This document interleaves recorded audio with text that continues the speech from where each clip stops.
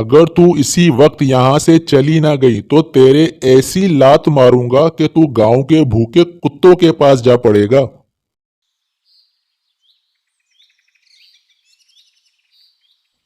ایک خوبصورت اور سرسبز شاداب جنگل کے بیچوں بیچ ایک جھرنا تھا، جس کی وجہ سے ایک نہر بہہ رہی تھی، جہاں ایک سفید کبوتری اپنے ایک بچے کے ساتھ بڑے چین و آرام سے رہ رہی تھی۔ کبوتری ایک دن دانے دنکے کی تلاش میں اپنے گھونسلے سے نکلی۔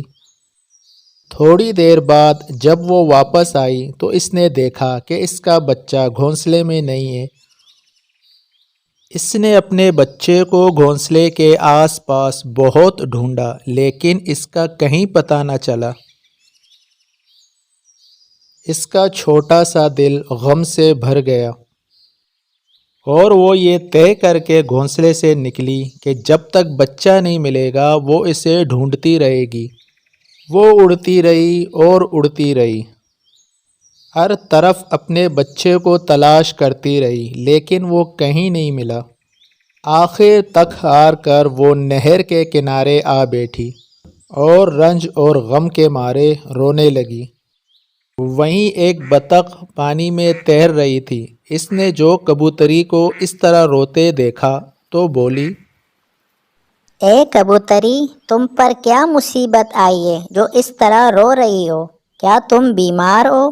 میں بیمار نہیں ہوں، میں اس لیے رو رہی ہوں کہ آج جب میں اپنے گھونسلے میں واپس آئی میں نے دیکھا کہ میرا چھوٹا سا بچہ وہاں نہیں ہے۔ مجھے ڈر ہے کہ وہ جنگل کی سیر کرنے نکل گیا ہوگا، اور چونکہ وہ ابھی بہت چھوٹا ہے اس لیے گم ہو گیا ہوگا۔ تمہارا فرض تھا کہ اس کی نگرانی کرتی۔ میں بھی تمہاری طرح ایک ماں ہوں، اور میں سمجھتی ہوں کہ تمہیں اس وقت کتنا رنج ہوگا۔ میں اس لیے بھی زیادہ پریشان ہوں کہ میرا بچہ ابھی بہت چھوٹا ہے، وہ نہیں جانتا کہ اپنی حفاظت کیسے کرے گا۔ میں تمہارے بچے کو ڈھونڈنے میں تمہاری مدد کروں گی۔ میں اس کی تلاش میں اس نہر کے آخری سرے تک جاتی ہوں۔ تمہاری اس مہربانی کا شکریہ، لیکن وہ پرندہ ہے، پانی میں نہیں رہ سکتا۔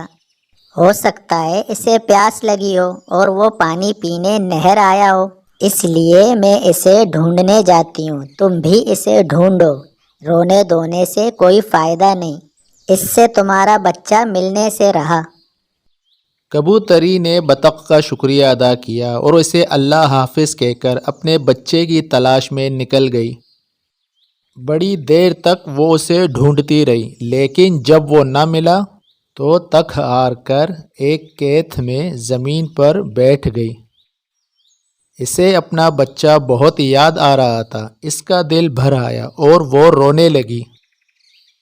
ایک بکری نے جو کھیت میں ناشتہ کر رہی تھی اسے دیکھا، وہ اس کے پاس آئی اور پوچھنے لگی، کیا بات ہے، کیوں رو رہی ہو؟ اگر تم بھوکی ہو تو میں تمہیں اس کھیت میں لے چلتی ہوں، یہاں تمہارے کھانے پینے کے لیے بہت مزیدار چیزیں ہیں۔ میں بھوکی نہیں ہوں۔ پھر کیا بات ہے، کیوں روتی ہو؟ میں اس لیے رو رہی ہوں کہ میرا پیارا چھوٹا سا بچہ کھو گیا ہے۔ صبح سے یہ وقت ہو گیا ہے، وہ مجھے نہیں ملا، میں نے ہر طرف اسے تلاش کر لیا ہے۔ بکری نے کبوتری کو تسلی دی اور کہنے لگی، رنجیدہ مت ہو، میں تمہارے بچے کی تلاش کرنے میں تمہاری مدد کروں گی۔ مجھ سے جتنا ہو سکے گا میں سارے جنگل میں اسے تلاش کروں گی۔ کبوتری نے اس کا شکریہ ادا کیا اور اڑ گئی۔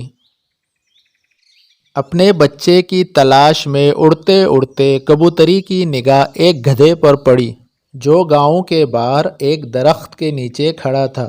وہ اس کے پاس آئی اور پوچھنے لگی، کیا تم نے ایک چھوٹا سا سفید کبوتر دیکھا ہے؟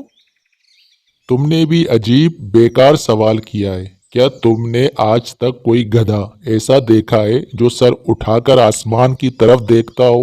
ہم گدھے ہمیشہ یا تو گھاس کھاتے رہتے ہیں یا بوجھ اٹھائے چلتے رہتے ہیں، دونوں حالتوں میں ہمارا سر نیچے جھکا رہتا ہے۔ اس دوران ایک بلی وہاں آ گئی اور یوں ہی پوچھنے لگی، کیا بات ہے؟ اس کبوتری کا بچہ کھو گیا ہے، تم نے تو اسے نہیں دیکھا؟ افسوس کہ میں نے اسے نہیں دیکھا، اگر وہ مجھے مل جاتا تو میرے ناشتے کا انتظام ہو جاتا۔ یہ الفاظ سن کر کبوتری کا دل پھر بھر آیا اور وہ رونے لگی۔ بلی کبوتری کو روتا دیکھ کر بولی، میرے خیال میں یہ بہتر ہے کہ تم اپنے آپ کو میرے حوالے کر دو تاکہ میں تمہیں کھا جاؤں، اس طرح تمہارا غم بھی مٹ جائے گا اور میری بھوک کا علاج بھی ہو جائے گا۔ گدھا بلی کی یہ باتیں سن کر غصے میں آ گیا اور ڈانٹ کر بلی سے کہنے لگا، اگر تو اسی وقت یہاں سے چلی نہ گئی تو تیرے ایسی لات ماروں گا کہ تو گاؤں کے بھوکے کتوں کے پاس جا پڑے گا۔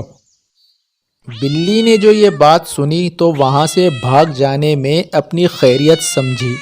جلدی کرو، رات آ رہی ہے، تم اڑ جاؤ، بلی کی باتوں سے خود کو الکان نہ کرو۔ کبوتری نے گدھے کا شکریہ ادا کیا اور اسے اللہ حافظ کہہ کر پھر سے اپنے بچے کی تلاش میں اڑ گئی۔ سورج بھی بس غروب ہونے ہی والا تھا۔ تھکی ہاری غم زدہ کبوتری نے مجبور ہو کر اپنے گھونسلے کا رخ کیا۔ جب وہ اپنے گھونسلے میں پہنچی تو خوشی سے چلا اٹھی۔